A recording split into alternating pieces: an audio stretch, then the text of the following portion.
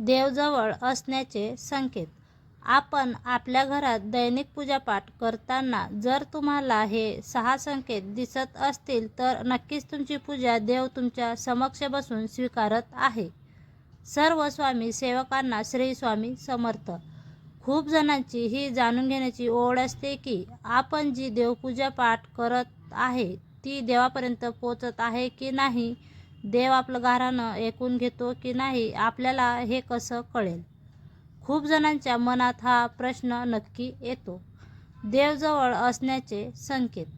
पण स्वामी सांगतात की देव आपली पूजा स्वीकारतो की नाही हे आपल्याला काही संकेताने कळत असते, पण आपण त्या संकेतला जाणून घेत नाही किंवा त्याबद्दल अनभिज्ञ असतो, म्हणून आपल्याला ते संकेत कळत नाही. आम्ही या आर्टिकलच्या माध्यमातून देवजवळ असण्याचे संकेत म्हणजे आपल्याला ते 6 संकेत सांगणार आहे जे आपण देवपूजेदरम्यान बघू शकतो आणि देव आपली पूजा स्वीकारत आहे हे जाणून घेऊ शकतो. सकारात्मकता आणि प्रसन्नता. आपण सर्वजण देवपूजा करताना सगळ्यात आधी धूप किंवा अगरबत्ती लावतो. इथेच देव आपल्याला सगळ्यात पहिला संकेत देतो. यावर आपण लक्ष दिले पाहिजे. जेव्हा आपण देवपूजेदरम्यान धूप किंवा अगरबत्ती लावतो त्यावेळेस त्याचा धूर संपूर्ण घरात पसरतो.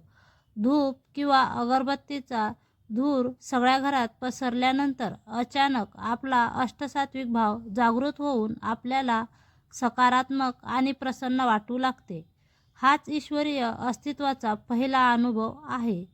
बहुधा प्रत्येकाने हा अनुभव घेतला पण असेल, पण माहिती अभावी हे जाणू शकला नसेल की साक्षात परमेश्वर आपल्या पूजेत विराजमान आहेत. हे आहे पहिले देव जवळ असण्याचे संकेत. पूजा करताना दारात आलेला भिक्षेकरी.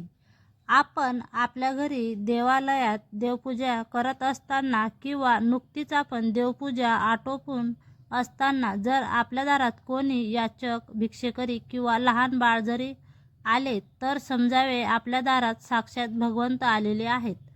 येणाऱ्या याचकाला अथवा भिक्षेकरी अथवा लहान बाळ जरी असेल तरी त्याला रिकाम्या हाताने जाऊ देऊ नये. त्याला काही ना काही खायला किंवा दक्षिणा म्हणून काही द्यावे.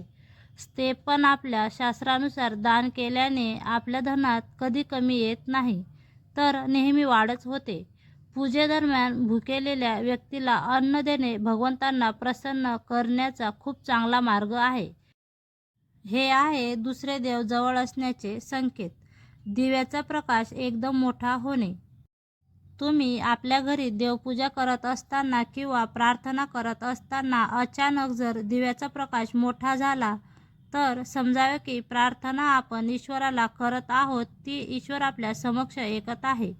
पूजा करताना दिव्याची ज्योत मोठी प्रकाशमान होणे त्याचाच संकेत आहे.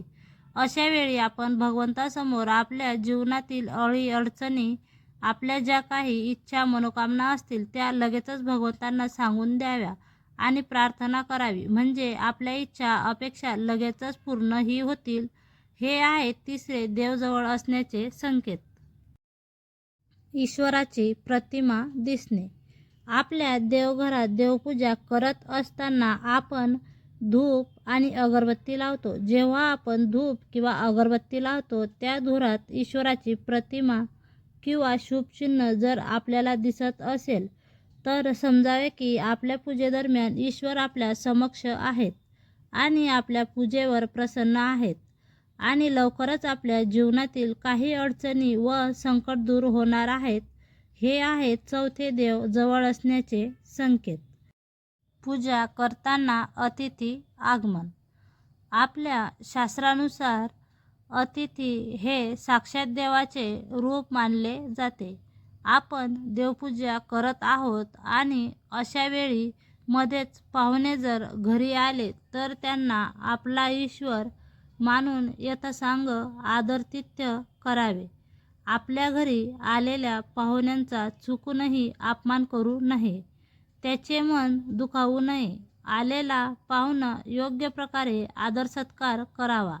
हे आहे पाचवे देवजवळ असण्याचे संकेत. देवावर ठेवलेले फूल खाली पडणे. शेवटचा आणि 6वा संकेत म्हणजे आपण देवपूजा करताना भगवंतांना एखादे फूल अर्पण केले आणि ते फूल पूजेदरम्यान आपल्यासमोर येऊन पडले तर समजावे भगवंत आपल्या पूजेवर प्रसन्न झाले आहेत आणि ते फूल आशीर्वाद स्वरूप दिले आहे. या प्रकारे हा संकेत मिळतो की भगवंताच्या कृपेमुळे आपल्या जीवनातील अडचणी नष्ट होतील आणि भगवंताच्या आशीर्वादामुळे आपल्या सर्व इच्छा व मनोकामना पूर्ण होतील. हे आहे 6वे देवजवळ असण्याचे संबोधन. हे 6 असे संकेत आहेत ज्यामुळे आपल्याला कळून येते की आपली पूजा ही ईश्वराला प्राप्त झाली आहे आणि त्याचे यथोचित फळ आपल्याला मिळणार आहे. व्हिडिओ आवडल्यास लाईक शेअर नक्की करा.